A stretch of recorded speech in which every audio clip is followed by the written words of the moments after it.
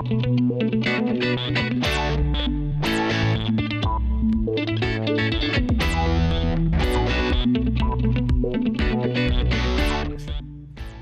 I'm Isaac, Director of Training here at the Middleby Innovation Kitchen. Today we're going to be going over replacing a thermostat. We're going to go over the removal of the thermostat after determining that it has failed. Step one in that is going to be removing these two screws so that the top of this bracket can be removed and we can get to the capillary tube and bulb underneath. Would always recommend using hand tools for this. Do not use drills. These things can be easily stripped out and broken, and that can cause you to have to replace the whole fry tank. The bigger of the two here is always going to be your thermostat. The smaller of the two is your high limit. I straightened them out here so they're easier to remove through the bottom of the unit.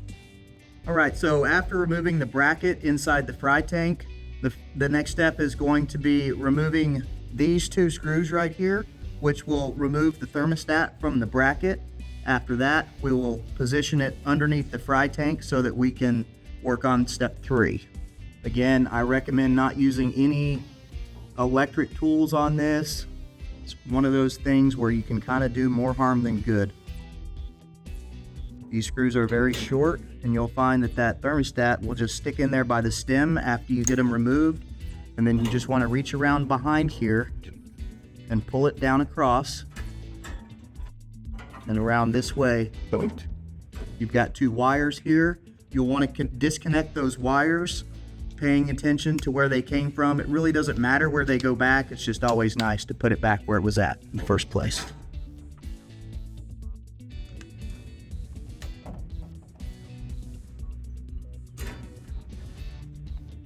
After your wire screws have been removed, what you're going to want to do here is position this down at the very bottom of the fryer, carefully going around the drain valve and the bracket until it is at the very bottom, just like that. Okay, so now that we have the thermostat removed from the bracket, you'll see that it mounts to the rear hole in the bottom of the fry tank. All we have to do at this point is remove this cap tube retaining nut. Always want to remove the bigger of the two. That way it comes out all in one piece. It can be a little bit tricky to get to, and it can also be a little bit tricky to remove in that they are usually covered in grease, number 1, and number 2, sometimes they are put in there where they kind of seize up a little bit. So please keep that in mind as you guys are doing this. It is always best to do this when the unit is off and cold. And around. Once it comes out, you will kind of sometimes have to guide it in from the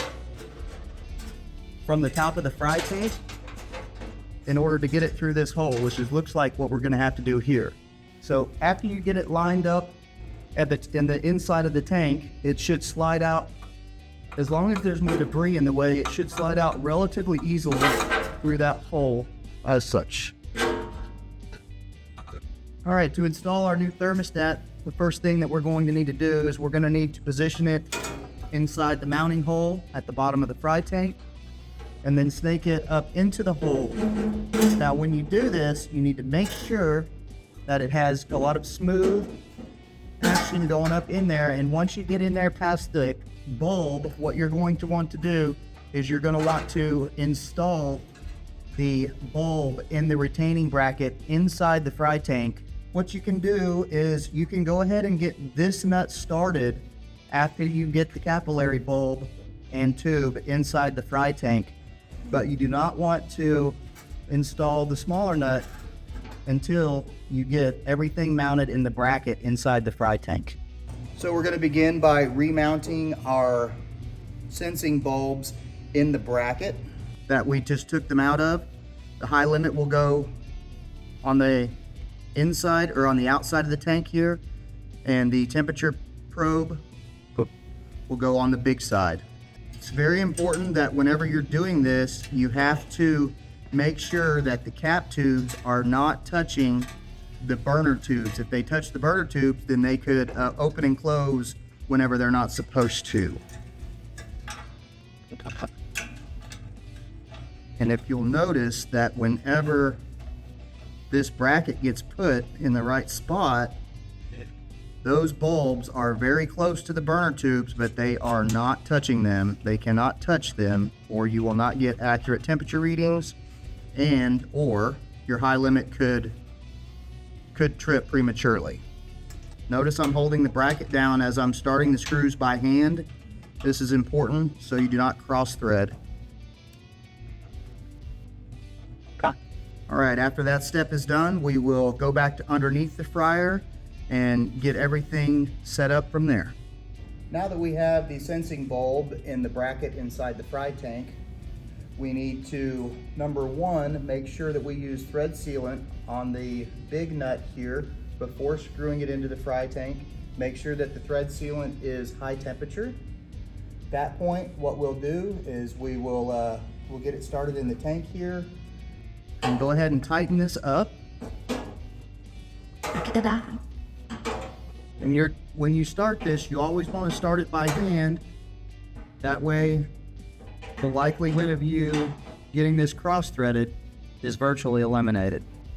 After you get it to a good tightness, you will want to run the smaller nut up and go ahead and get it started by hand as well. Sometimes you'll have to jiggle the capillary tube in order to get it started. The good rule of thumb on these is to get these things finger tight and then use a wrench for a quarter turn. If you over tighten one of these, it can pinch this cap tube in half, and then you have to do it all over again. See how I'm jiggling the cap tube as I'm turning this small nut in here? Now we've kind of bottomed out a little bit, so now what I'm going to do is I'm going to take my wrench and I'm going to go around a quarter turn. Now, if you find after you get oil back inside the unit and get it turned on for testing that you have a little bit of a drip there, then go another quarter turn. But you just need to be careful not to over tighten that cap tube nut.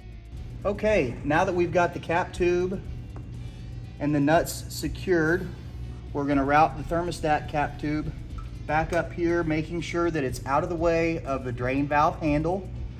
And then we are going to reattach our thermostat wires.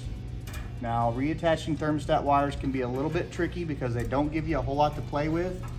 If you have to take the bracket down, then go for it. But if you don't have to, that's one less thing that you have to put back up whenever you get done. I'm going to use a handy dandy little screw starter here to make my life a little bit easier.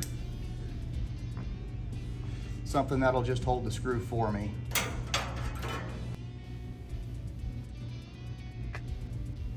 Once you get started on the one side, I would advise not to tighten it all the way until you get the other one started to give yourself maximum kind of maneuverability around it. Now, once you get them both started, what you need to make sure that you do is always make sure that your connections are tight. This is a millivolt fryer. It operates, the whole thing operates off less than 1 volt. And so if you have a loose connection anywhere, that can keep it from working.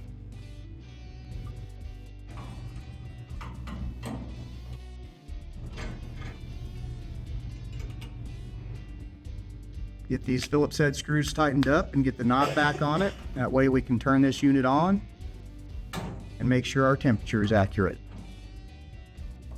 Just turned it to the off position so I know how to orient the knob. Makes it a little easier. And that's how you do it.